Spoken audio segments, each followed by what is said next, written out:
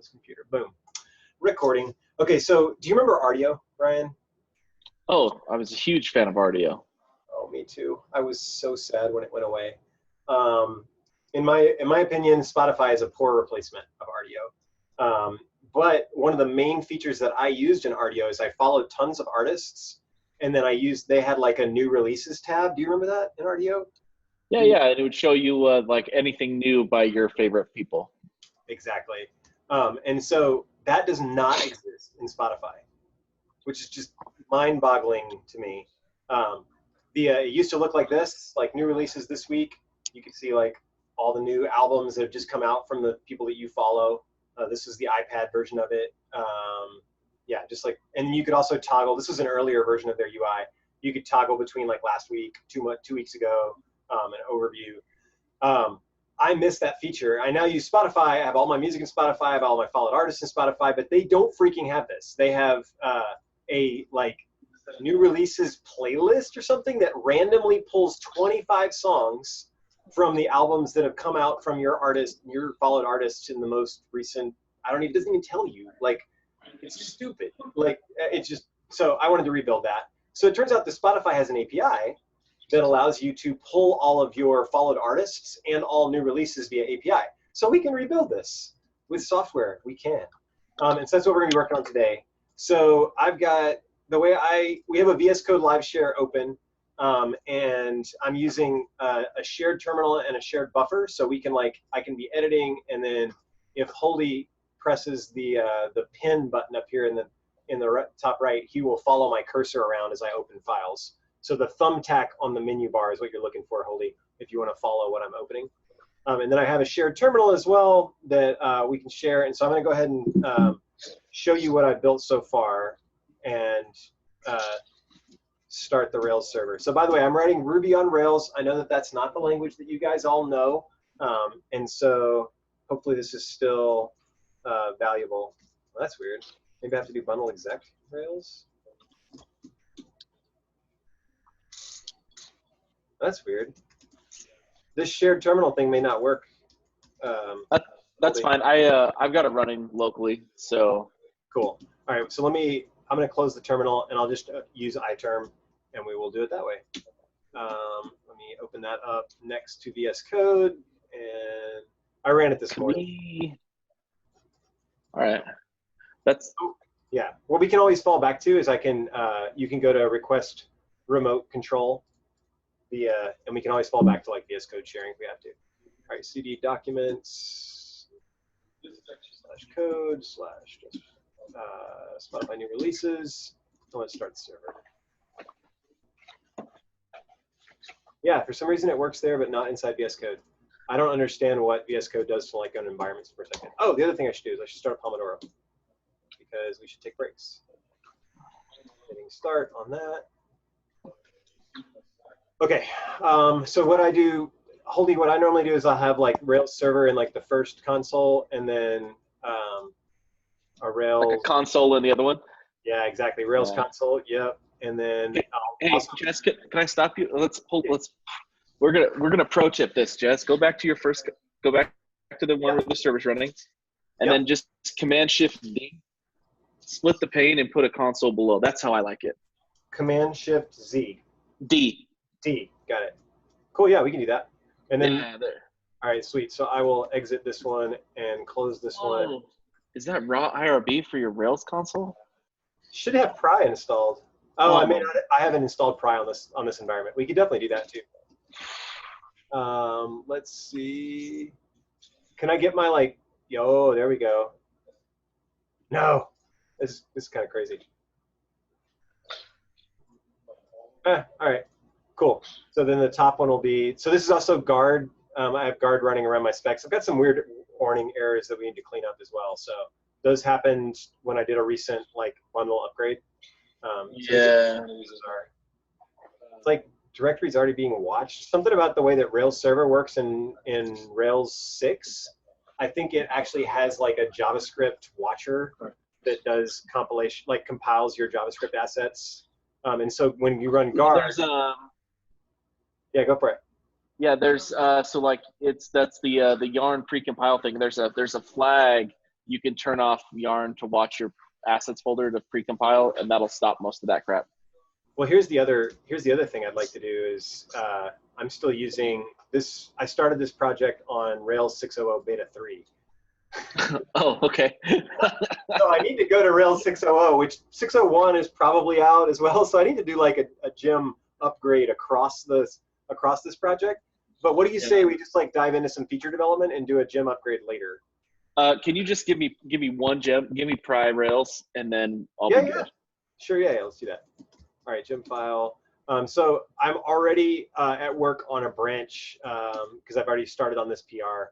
So okay. But we can, it's pry Rails. Gotcha. Yeah, you need pry Rails. Yep. Oh, but you need pry too. Well, maybe it'll install pry automatically, but it might be a dependency. I always install them into I put them both in always, and I don't know if that's gonna work. So let's try it. Sweet. Yeah, says it worked. So now we can kill this one, and when I restart it, I should have pry. There we are. Yeah. All right. Okay. All right. Pry is so pretty too. Yeah. All right. So let me check that in. Okay. So can we just talk before we dive into this? Let's just talk philosophically about pair programming. Sure. So I mean, there's a lot of opinions about pair programming, Jess, and I certainly have mine. And I think what we're going to try to do today is it demonstrates one of what I think are the most important principles of pair programming. If you're just setting down for a one-off session with somebody, or you're just getting onboarded to a new project, or especially if you're working with a developer who is way more or way less experienced than you, I think it's always important to have the person who's new to the project or with less experience driving, and then the more experienced or the more familiar person should play the keyboard is lava game. Because we probably won't be as fast navigating the project as if you were driving and I was watching, but it's going to ramp me up way faster if I'm going to be the one to actually open the files and actually type the code. So let's do it. Great point. Great. All right. So in that case, you can I should at least show you guys what we have here in the UI, and then I'll let you start driving. Great. So the UI is super simple. It's connect your Spotify account. I already implemented OAuth with Spotify. So cool. Because I'm logged into Spotify, I'm authed. And then when you click view my new releases page, this page is super slow. But it pulls new releases, I think, in the last week. I'll need to look in the code and see. You can see this was released on the 9th, and this was released on the 7th. So it looks like I've got it working for the last week. Let's go look at our Trello card too. So I actually wrote Trello cards for myself, working on this project by myself. So there's as a user, I want to view my albums group by week of release. So this PR might be pretty close to done, Holdy. We might just want to go through and see what needs to be cleaned up. We might be able to push it out or merge it in the master. But the goal was to group albums into week of release and then show the most recent weeks first. One thing I didn't decide, and that we should decide, is how many weeks should we show on a page at a time. So that's something that we should look into. Okay. All right, so back over in the code. I think everything is handled. I think the money controller is the releases controller. So if you open that one, that should have most of the stuff in it. Command P, if you're not a VS coder. Yeah, I'm okay. So.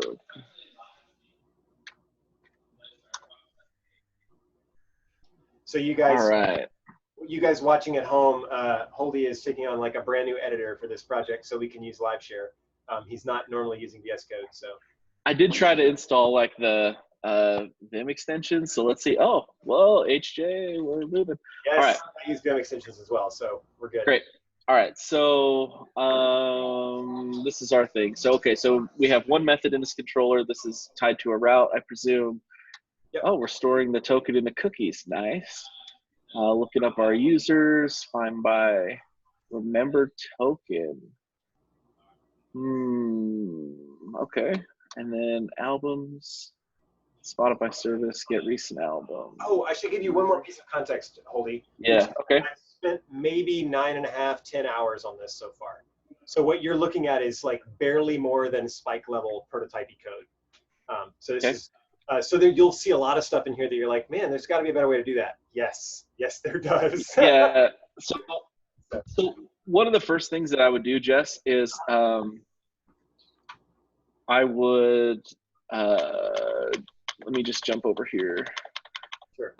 If we're gonna work on like pagination, or if we're gonna work on, you know, just like building out this UI a little bit, I'm gonna want more than just the 2 albums that you had on your account.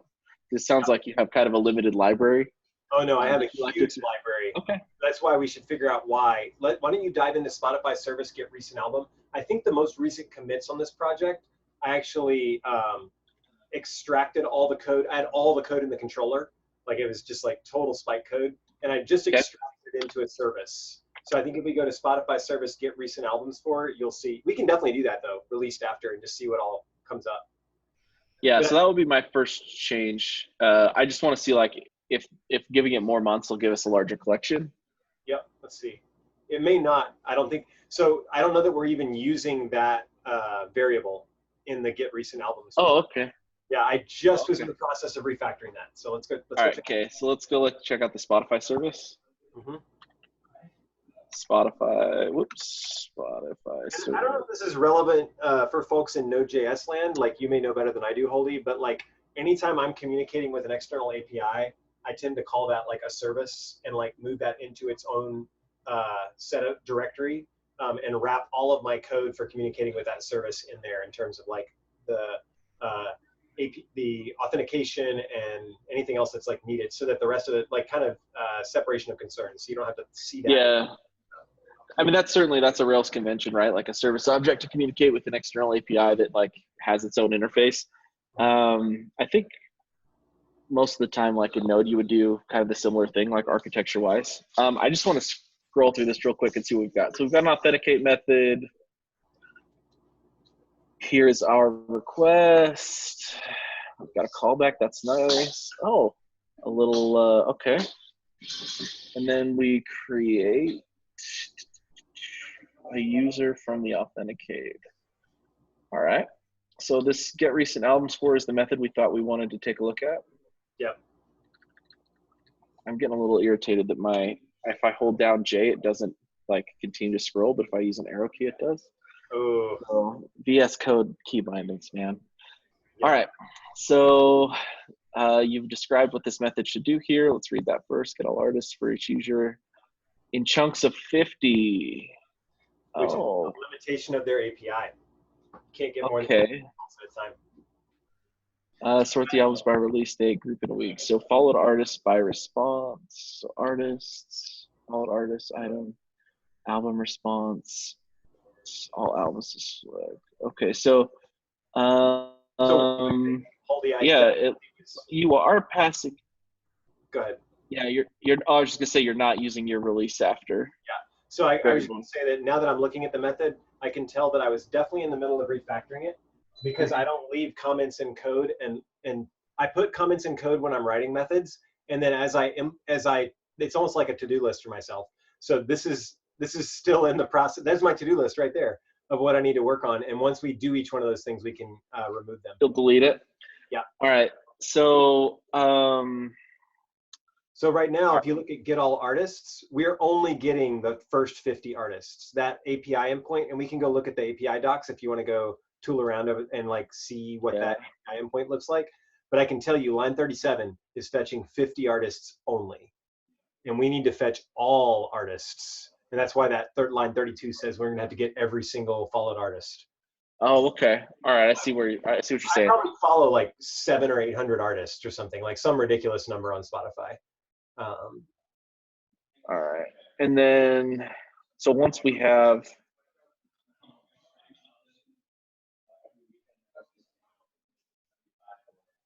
so then we're looping through our followed artists to get their albums. Yeah, this is going to be. Yeah, this is going to be inexpensive. Are we, okay, well, hold on. It's my turn, right? Yeah, go on. Yep. So. And I actually put, if you go back to my Trello card, I actually put out of scope, making this performant. And I actually have another card that is a spike card for how would you actually do this, because their API does not provide a way to do this in bulk, like at least not a documented way. And so we're going to have to figure out like some sort of like loading screen, or we're going to have to cache responses, or yeah, it's going to be interesting. And then the question is like, how do you cache? Yeah, anyway, there's some interesting stuff here. From a performance perspective, it's a problem. But that's out of scope.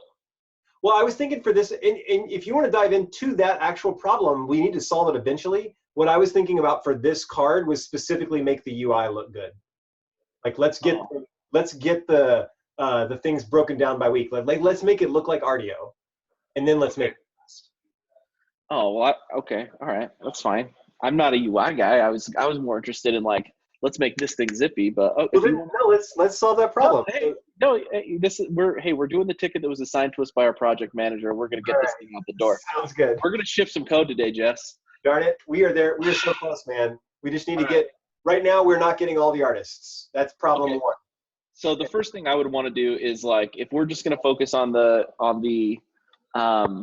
if we're going to focus on the UI, like we need to stub out some request that's going to get us like a good volume of album covers, or we can just loop over like the collection that we have. We can just duplicate it a bunch of times, which actually might even be faster, because we want to have like a good amount in the collection to work with. So let's just start there. That'll be easy. So I'm gonna just leave my little note here, and let's go over to the view, which is gonna be what do you call the view for this thing, Jess? Controller index, maybe, is my guess. Release index. Yeah.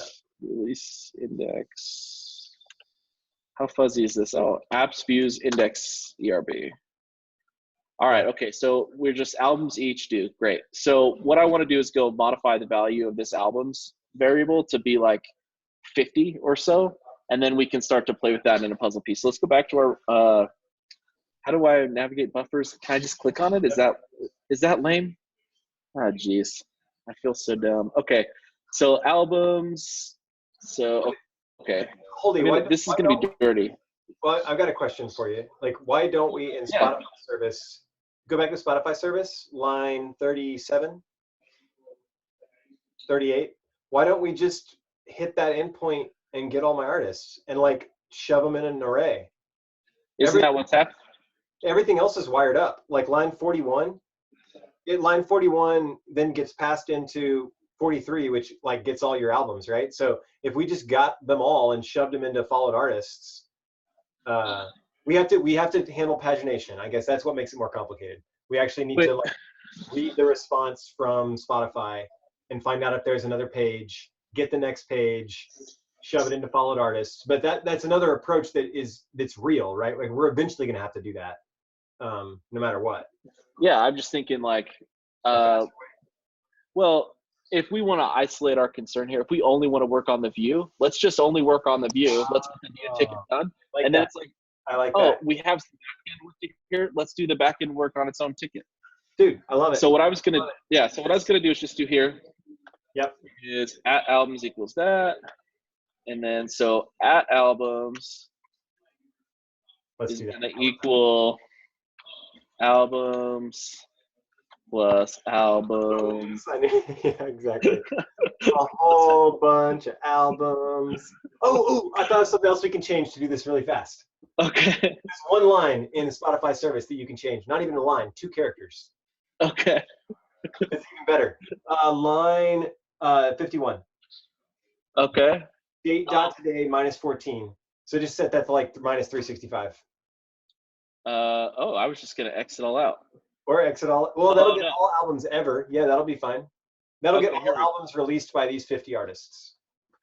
Oh, perfect. All right, so then I can go back to my releases controller and I can just Command Z this whole thing, right? You got it. All right, because this will give me everything. All right. Okay, but like the principle here is the same, and I hope everybody watching knows, is I just want at albums, which is the variable that gets passed to my view that contains all the content that we're going to display. I want that to contain a whole bunch of data, like a whole lot of it, as much as possible. because I want to be able to then like modify this view page to look pretty and nice. And I want to do that with you know, a whole bunch of album covers in mind, because then like as we pare it back, it'll still look good. So I think that's good enough to go refresh the view, Jess. See what we get. This might take a crazy long amount of time, except no, I don't think it will take a, well, something about the way you wrote it didn't quite work. I think if you just comment out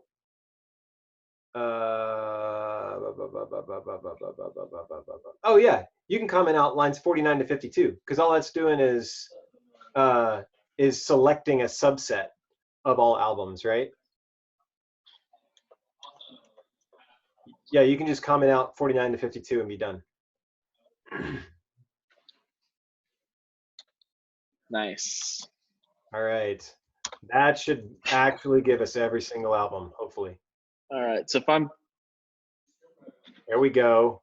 Hey, the Ballad of Buster Scruggs. Heck yeah, man. Some Wes Montgomery. Yeah. This is kind of vulnerable, right? Like I'm letting you guys inside my entire music collection. Like it's, yeah. Yeah, it's pretty embarrassing. It is. Got some Nora Jones. Here we go. I love Nora Jones. All right. Okay. So do we have, can we pull up our design doc again and see what we want this thing to look like? Sure. So I already forgot. Yeah, no problem. Spotify new releases. In our docs directory, I stored a couple of screenshots of, we'll do this one. So I had two thoughts around this. One was really give Spotify the finger and like straight up copy the audio UI, or we could make it look like Spotify, right? So Spotify, let me pull up Spotify's albums, for example. Like if I'm doing browse new releases, we could make it look exactly like this, except it has your releases, not just Beyonce and whatever. Yeah. What do you think? I mean, if it's a choice between a light theme and a dark theme, I'm always going to choose the dark theme. All right, let's go with that. This is definitely going to look more modern. It's going to tie more in. People who are coming here from Spotify are going to be more familiar with this interface, so that I think it's probably more kind to the user, even though like giving them the middle finger and resurrecting the audio UI is satisfying. It's probably not user focused. Okay. So, all right. Copy this. Yeah, if I'm going to make a list of things, like the first thing, change the background on this whole page. We're going to need to invert all of the text colors. We want to left align the labels. And then we want to use that Spotify green color as our like highlight color, right? Yep. So, all right. So if we pop back over here to the index, I just want to take a look and see what kind of CSS, like HTML we're working with. So we have like a header with the title. We have one div. And then within this div, we have, this is a block of Ruby code that's going to generate some HTML. So for those that are following along at home, like if you're working on a Ruby project, these percentage signs inside of angle brackets mean that we're now like going to be doing Ruby. And this is a pretty straightforward way to write a loop in Ruby. And then we close it down here.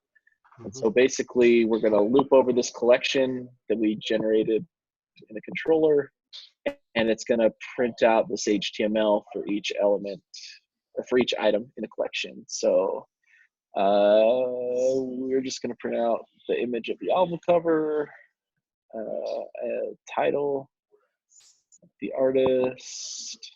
Okay, this is. Jess, we're just pulling the response and putting it straight in the thing. We're not like gonna put it into our own kind of object or anything. Okay. We could absolutely do that. No, so that eventually needs to be extracted into our own object. I think it feels kind of related to the way that we do caching, right? Because like we're not going to want to store these in a database, but we probably are going to want to store them like in Redis, like using some kind of Redis cache. In which case we're going to want an object and to serialize it somehow, and probably do want a Ruby object. But yeah, I didn't, like I said, like we've talked about already, like if we focused on the UI, pulling the stuff straight out of the response is probably sufficient, because there's just not a lot of data on this page, man. It's like image. album Yeah. title, artist. Well, the like for me, it feels more responsible to parse the response and to store it in our own object, and that way we can handle any kind of like error, missing Yep. data or like ensure Yep. formatting and stuff. So like Ruby being a dynamically typed language, we can't really ensure that everything that we're receiving from an external API is going to be the Mhm. type of data that we expect, or even that it's going to be present, because who knows if Spotify is going to upload something that is incomplete. So it would be my recommendation, just for safety, that we would cast this in some way and try not to read a response directly from the view. And this also feels like really insecure. Spotify gets hacked and somebody drops some SQL injection into some artist title somewhere. We don't want to have like, the mixtape by Bobby Tables dropping Bobby our whole drop database. tables, exactly. So, Bobby drop tables mixtape. Oh man. yeah, the Bobby Tables mixtape. Oh, that's great. Bobby drop tables. You forgot. Yeah, right. Okay, so what you've done here, Jess, I think is great, because you have just HTML in your HTML file, and you probably have a CSS file somewhere that we can look at. Yeah, I think it's app CSS. I think is like the high level one. I haven't done any kind of segmentation of CSS by view or anything. Just all in one giant CSS file. All right, so releases Flex.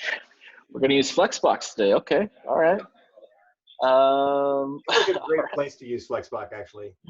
Is like a grid layout seems like one of the ideal things that Flexbox was actually created to do. Right, that's the whole purpose, right? So it feels to me like we can just get cracking here on the CSS. So I don't know how you typically do this, but for me, if I'm working off like a PSD, I will slice the PSD and get my style out of Photoshop. Yep. If I'm working off a JPEG, I can't really do that. But what I can do is I write all my CSS inside of Chrome Developer Tools, and then I just copy and paste it into a CSS file. Is that how you operate? Yep, exactly. I just come over here and I like start styling. I just go to inspect, Yep. Or sorry, not view page source, inspect, and then start going down. If you wanna request remote control, then you can actually start writing straight in here. How do I do that? In Zoom, you go to the More button under, there it is, remote control. I can just give it to you. Whoa. Okay, so I've got control of the shared screen. Yeah. No. Yes, sir. Well, how do I? What? Oh no, whoa. That's got a lot of latency. A ton of latency. Okay, you want me to just drive real quick? Yeah, you can. Let's go ahead and tap out. We got a Pomodoro about to beep. So. Okay. Cool. So in this next Pomodoro, then we're wrapping up this Pomodoro. So usually what I try to do is like summarize what we did and what we're going to do next Pomodoro, right? Because we're going to take a 5-minute break. Because like I told students in our pairing lesson, take breaks more often than you think you need them. Don't just keep working straight through them whenever you're pairing with people. So we'll take a 5-minute break, and then when we come back, I will try and style this sucker up in the browser and just paste the styles in, and you can kind of navigate or drive or give critiques on the styling while we're doing it, and we can at least get this sucker styled. And the one other thing that I think we need to deal with in order to call this done is that look at the order in which they're presented. It's completely random. So I think this actually needs to be a timeline that's sorted probably newest first, going towards oldest. So that's something we need to think about. Yeah. So think about that on your Pomodoro break, and let's come back in 5. All right, everybody pause. See you in 5. See you in 5, man.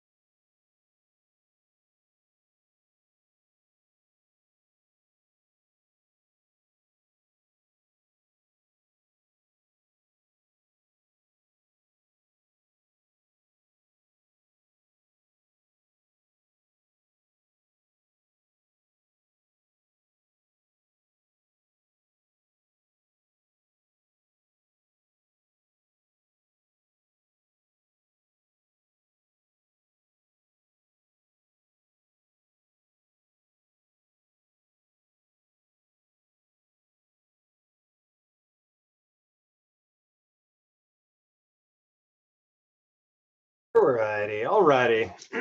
I'm back. Hold you there.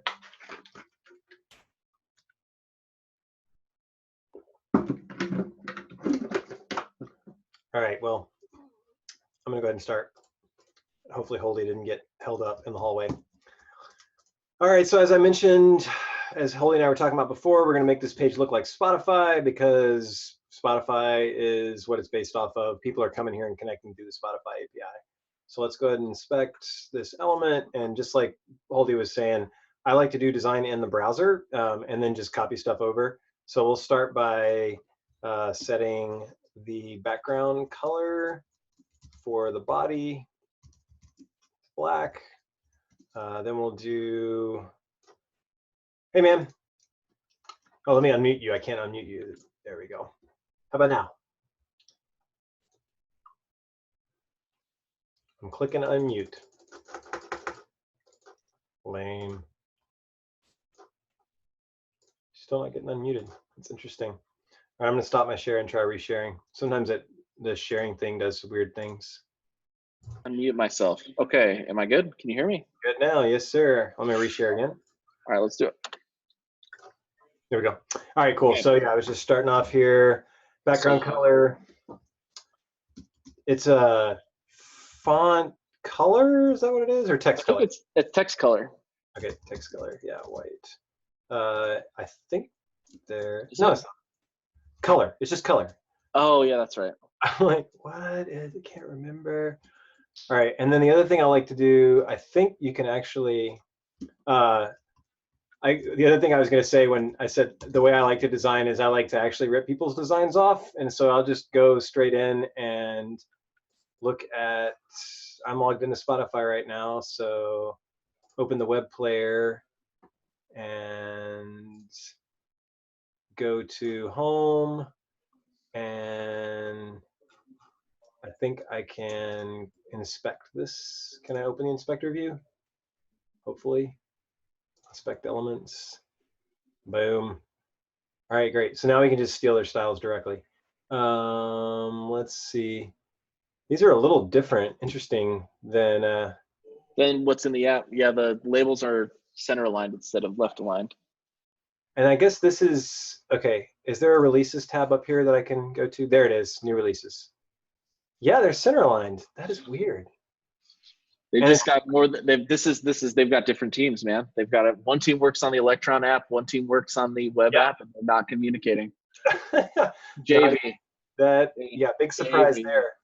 Well, let's go with the Electron app since most people are probably using the desktop app. Maybe, I don't know, it matters. All right, let's just do it. So black, we want underlines when I hover, bold on, I think these are headers. We should probably change these not to be well, they can be, I guess they can be H3s or whatever. That's fine, right? Yeah, it doesn't, I mean, I don't think that really matters. All right. Well, we probably want one to be styled differently. So let's give the artist, is it the artist on top or is it the album on top? It is album and then artist, album on top. Are we sure that that's how Spotify does it? I didn't look closely. Yeah. Okay, well, some of these I can't tell what. Okay, yeah, I guess. I'm pretty sure Wiggle It is the album and French Montana is the artist. I'm gonna go with. These are some really the kids these days. I don't know what they're listening to. Exactly. All right, so yeah, let's make like let's make the album title like an H3, and then let's make the artist name like an H4, and that way we can give them a different weight and stuff. Which I think they already are. So there we go. So great. 14 pixels or something like that. Do you care about pixels versus EMs? I don't fight that battle. I just care that we use the same one everywhere. Yeah. All right. Sounds good. I'll let a designer ding me on that someday. Font weight normal. I think the main thing we need to get right is the font that they're using. It looks like the font's consistent across these two. So let me see if I can. I bet they have their own font. I bet they are using some sort of, let's see that. Let me go to computed styles and scroll through here. Font family, look at that. Spotify Circular. Not only do they have their own font, they have their own font. Like it is the Spotify font. Told you. Can we download that? Ooh, actually, you probably can. Web player. Circular acrylic. What? I think. All right. Is No. Spotify? They're like an. Isn't that Isn't that company based in Europe or something? I think you're thinking of Ardio had like a European presence. They're not in Montana, Chad. Nothing happens in Montana. Fishing. Gibson guitars. Oh, Gibson guitars. I didn't know that one. That's a good one. Yeah. Actually, I love Montana. Big Sky, baby. Big Sky.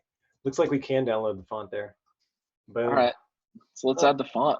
If we're gonna rip it off, Jess, let's rip it off. All the way. So Spotify new releases. Yeah, that would be. Where would I want to put that again? You're gonna need to put that in your assets. There we go. Assets. Thank you. Do I need a fonts folder? You can have one. All right. Or you can just put it right there. It just the reference path changes. Okay. And then to implement it. Yeah, you just add a new font family. All of those files, like the WAFs as well as the TTFs. Do you know? I think you just need the ones that you're gonna use, right? But I guess if you're adding different font weights, the TTF should have them. Well, no, it's different formats. WAF2, WAF, and TTF. Yeah, I think the TTF should have the different weights. Let's try it. All right, yeah, let's give it a try. I wonder if that's for different platforms, though. Okay, so how would I do that? So localhost 3000 / what would be the URL that contains the font? Oh no, you have to reference it in your like Oh yeah, you're right. It's to load it, yeah. Okay, so we're gonna switch over here. And I do not remember how to do that. Do you? Yeah. Do it, man. Hold on, give me a sec. Go. Here, while you're looking that up, or tell me when you're gonna drive. I'm just gonna change things. Actually, I think we can be typing at the same time. Crazy. Yes. Font weights normal. Normal. That way when we reset this, it's got all the changes. Body, color, white, background color, black. Boom. All right, what you got? Where are you? I should be following along with you now, so wherever you are. All right, so I've got another project where I've done this. I'm just gonna snag the code. That is one of my favorite things. My code directory has all sorts of repos in it that I've worked on in the past. I'm like, oh yeah, I solved that problem on that other project. I'm gonna go open that up and copy some code out. Like the best form of copy paste coding is copying your old code. It's like this one is off. Yeah. I don't feel like we need to do this though. Hold on, this is a weird project. It is there's different ways to solve it. While you're I'm gonna cut. We could just use Helvetica might look better. It would be so sweet to use their font though. Yeah, I think we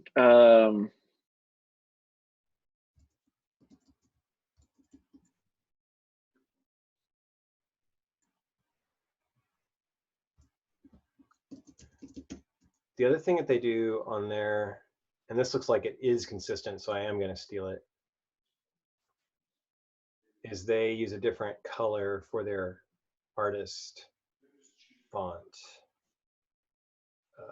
Where is it? Color, color, color. Are you serious? It's a freaking transparent something or other. Oh, I got it. You got it? Nice. All right. This might be like a really old version of Rails. There might be a new way to do this in Rails 6 or whatever we're on. Yep, that's what threw me. I think there is a different, entirely different, what do you call it, asset pipeline in Rails 6. because it uses Webpacker now instead of Sprockets. Is that what it replaced? Sam Stevenson's thingy. Oh, we're using Webpacker now?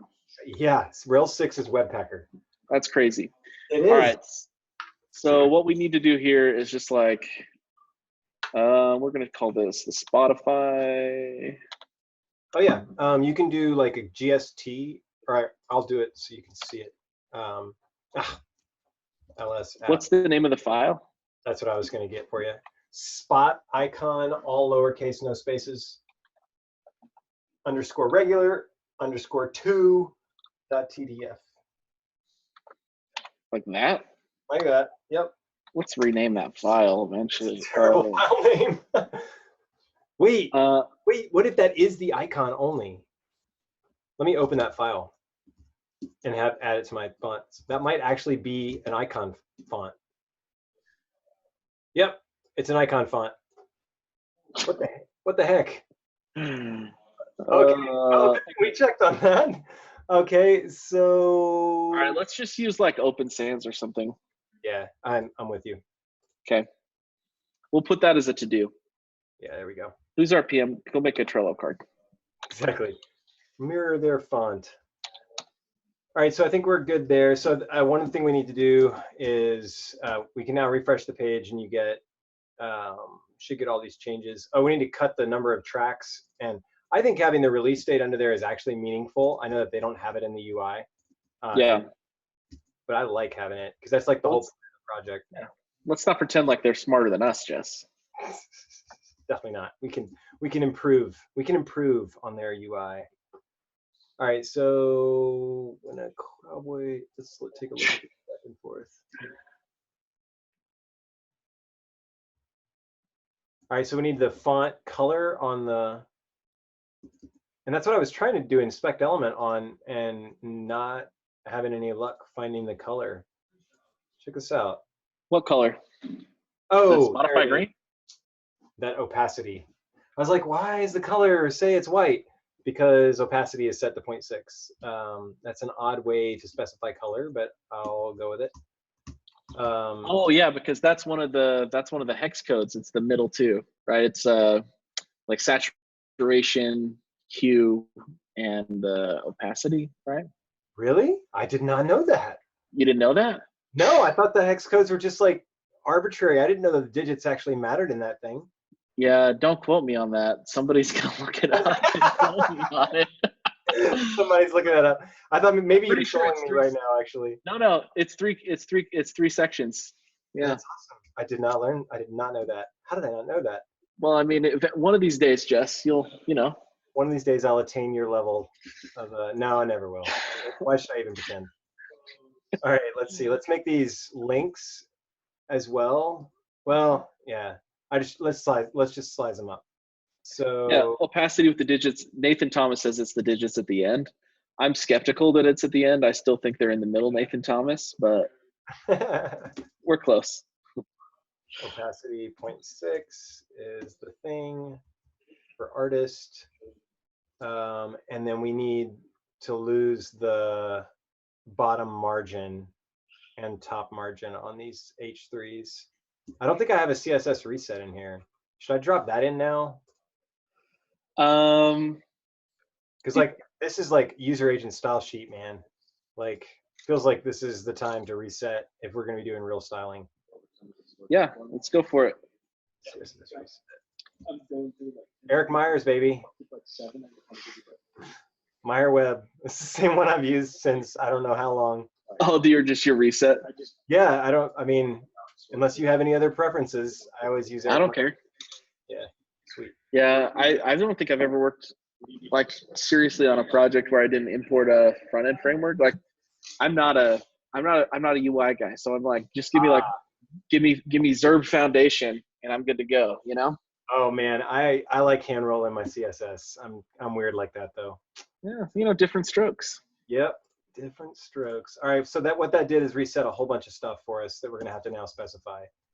So font weight, bold, or no, is it 700 or something? That should get us most of the way there. Let's see. We're also going to want to size these things down. They're too big. Yeah. Inspect. I just want to get the width on these things. Computed. Oh,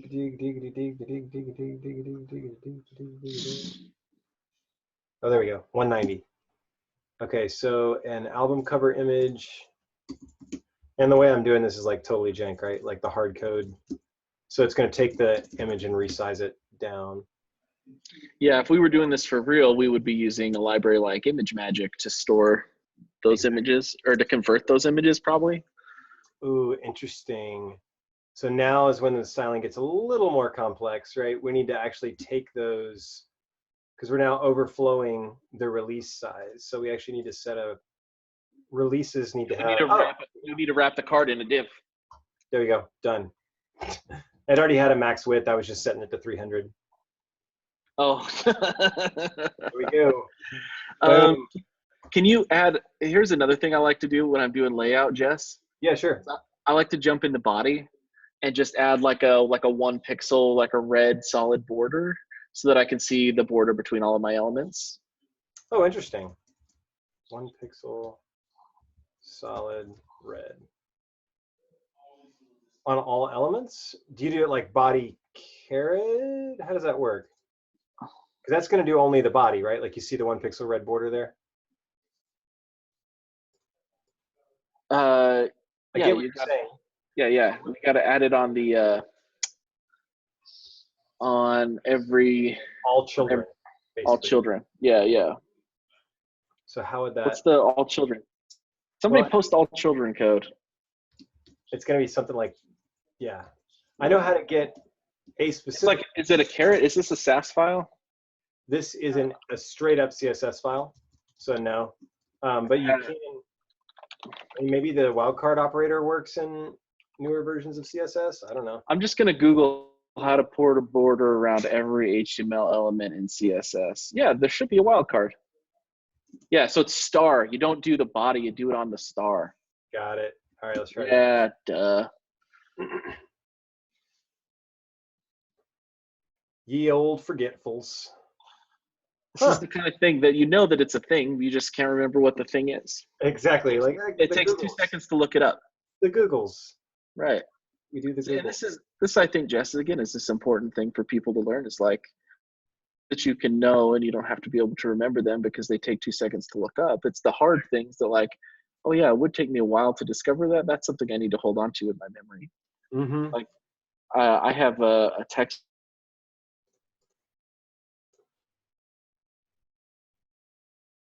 Oh, you cut out, Ryan. Utah got hit by a nuclear missile. That's my determination. Either that or my internet went out. No. Holy, come back. You were about to offer bits of wisdom, nuggets for all of us. Let me see if other people are actually live in the chat. Yep. Okay, so it's Holdy. Yeah, you guys are still there. So I'm still here. Y'all are still here. So we're gonna keep going. All right, so let's see. Let's get some margin on these things. I'm just gonna margin top these suckers so that I can get my spacing down. Let's see, margin top. Looks like 10 pixels or so would give us what we need. I think font still looks a little bit small, but I wasn't able to get the, just does not look as nice without the font that they had. And then I'll probably do the same. Let's go look at the Spotify interface over here. All right, we can make these things links and give them a little bit of hover action. I think 0.6 is too much. I'm going to deviate from their UI a little bit. Let's see. So margin top, 10 pixels. Except look at me, I can type. All right, paste. And we'll go with like 0.8 maybe. And we'll also do, while we're working on it, the album release date.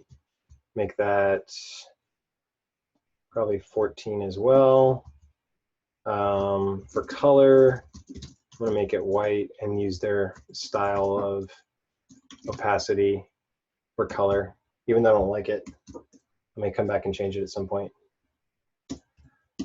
Opacity is 0.8, and that should give us, oh, this one doesn't have any margin on it, so I need margin top 10 pixels. All right, let's refresh now. That should give us a nice little like stack here of, I think I might go ahead and preface this by saying released on, whoa, oh, because it's a span. Let me give this guy like a paragraph maybe.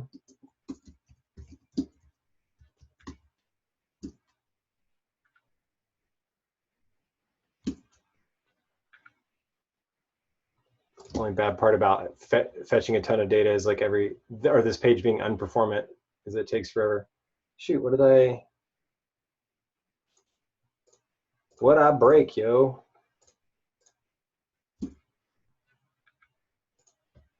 Span,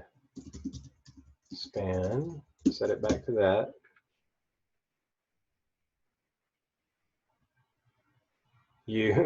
Oh, unmute you. Are you back?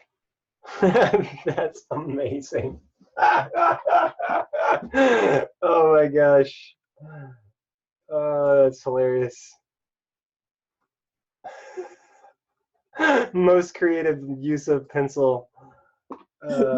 That was awesome. Did you unmute me? I did. You're now free to curse me at your leisure. No, I'm not cursing you. I just was sabotaging your CSS file while I was muted. I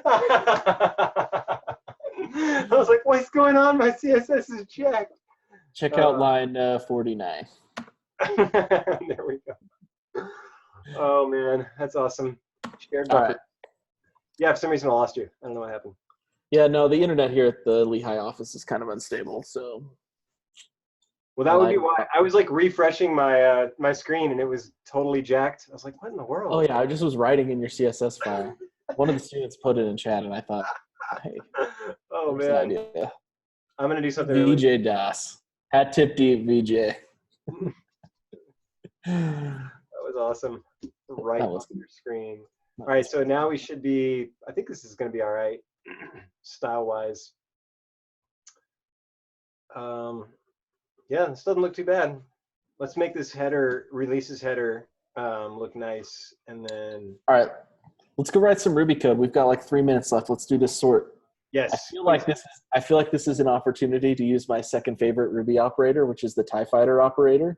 All right, dude, I'm going, I'm following you. So let's go do it. All right. So the TIE Fighter operator. The one thing that I'm called the TIE Fighter operator. But you know exactly what I'm talking about, don't you? I do. I know exactly what you're talking about. It's an apt description. Yeah, I give all the operators their own name. Like in Elixir, it uses the it's like what's the one that's a line that's all the way down, the bar, just up and down the straight line. The bar operator. Yeah. It's a bar and then an angle bracket next to it.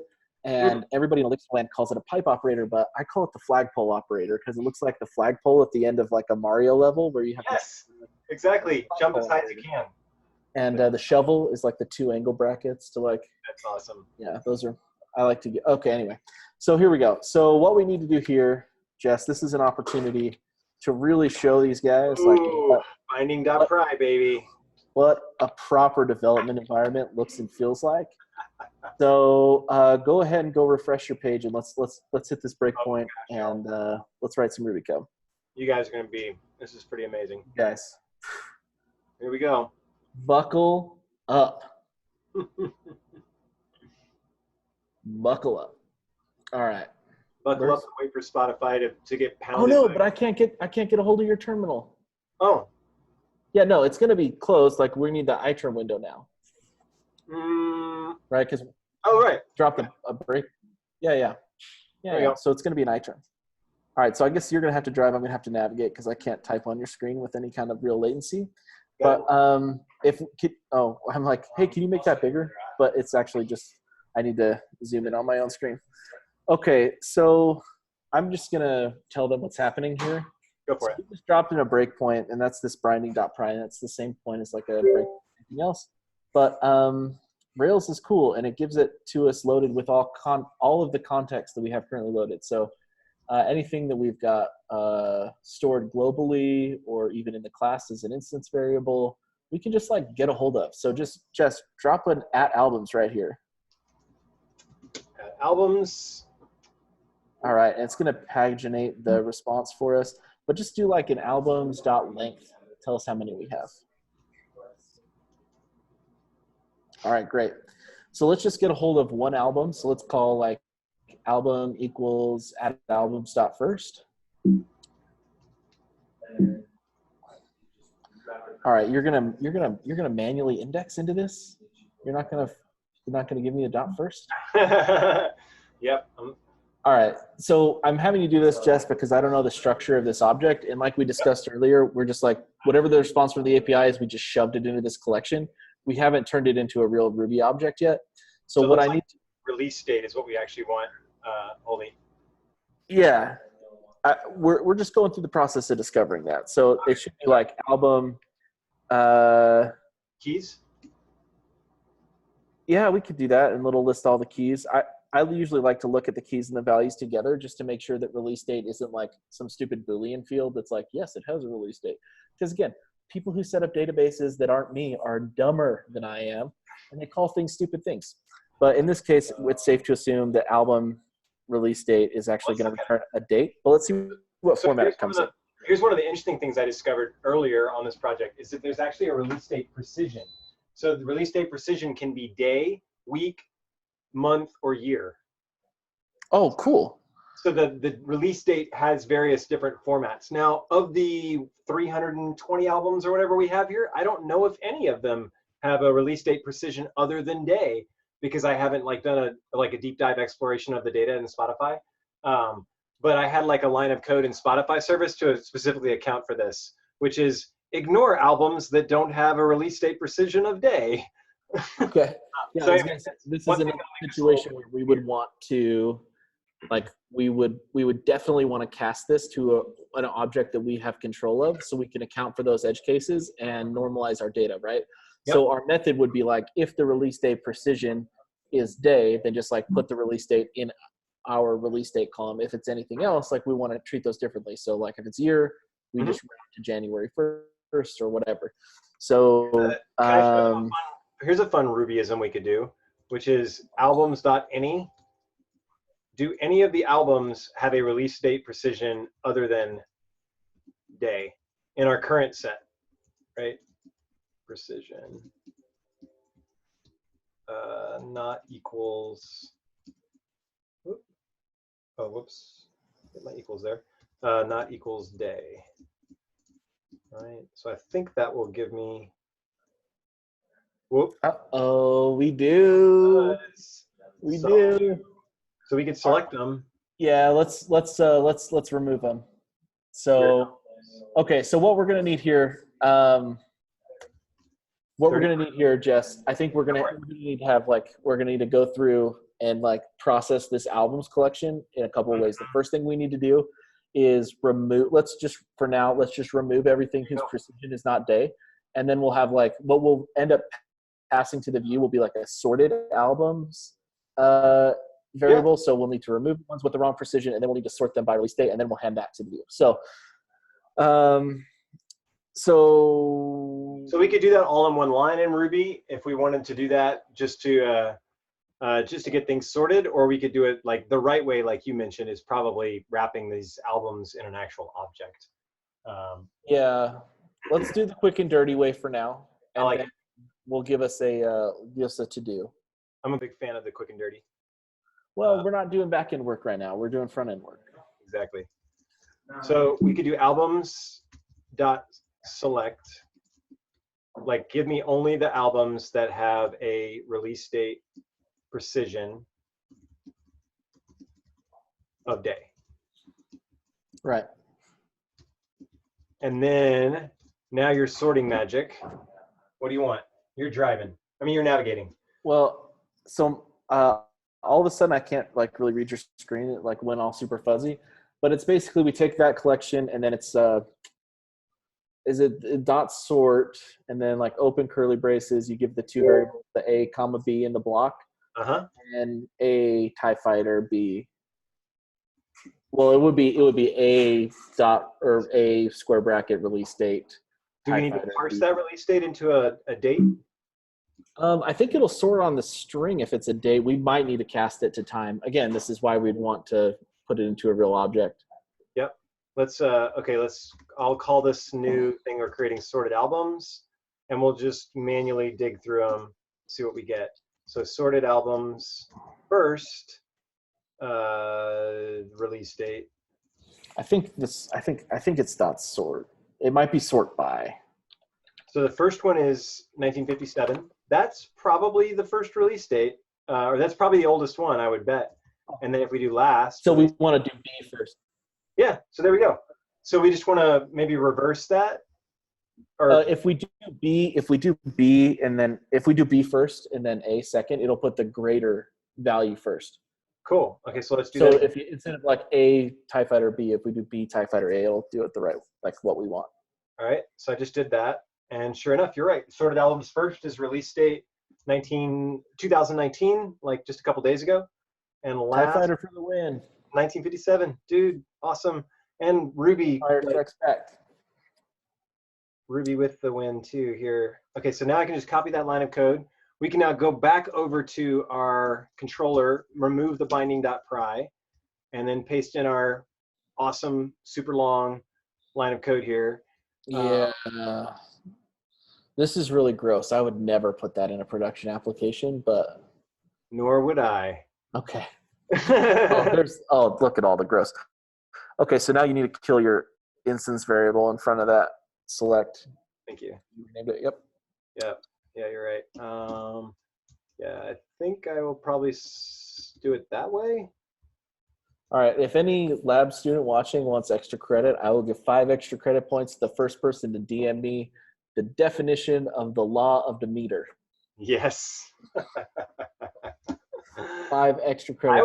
I always called it Demeter. Is it? Do you know? I don't actually know if it's Demeter or Demeter. Well, I think it's from like delimiter, right? So I've always no, it's actually a dude. It's some guy's name. Is it? I think so. Yeah. Well, usually laws are named after people, right? Yeah. I don't know. I say Demeter. Okay, I'll accept your Demeter. It's okay. One of those things. Let's argue about words that we only see in writing. Exactly. That is like maybe the canonical definition of nerd. Yep. Okay, and then I think we call that good. We're done. I think so if the app actually loads, I will check this code in. Great. All right. I've got to do some product vision doc check-ins. This has been really fun, Jess. Let's see this again real soon. It's been a lot of fun, man. See ya. Bye, everybody. Bye. All right, so get add dot. Let me go check out my changes real quick. I'm going to remove these. Exit.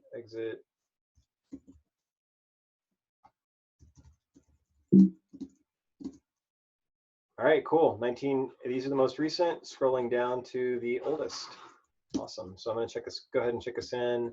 One thing you can do when you're checking in code like this is I've already added it, so I could go get, what is it, diff -- staged. So it shows me all the stage code.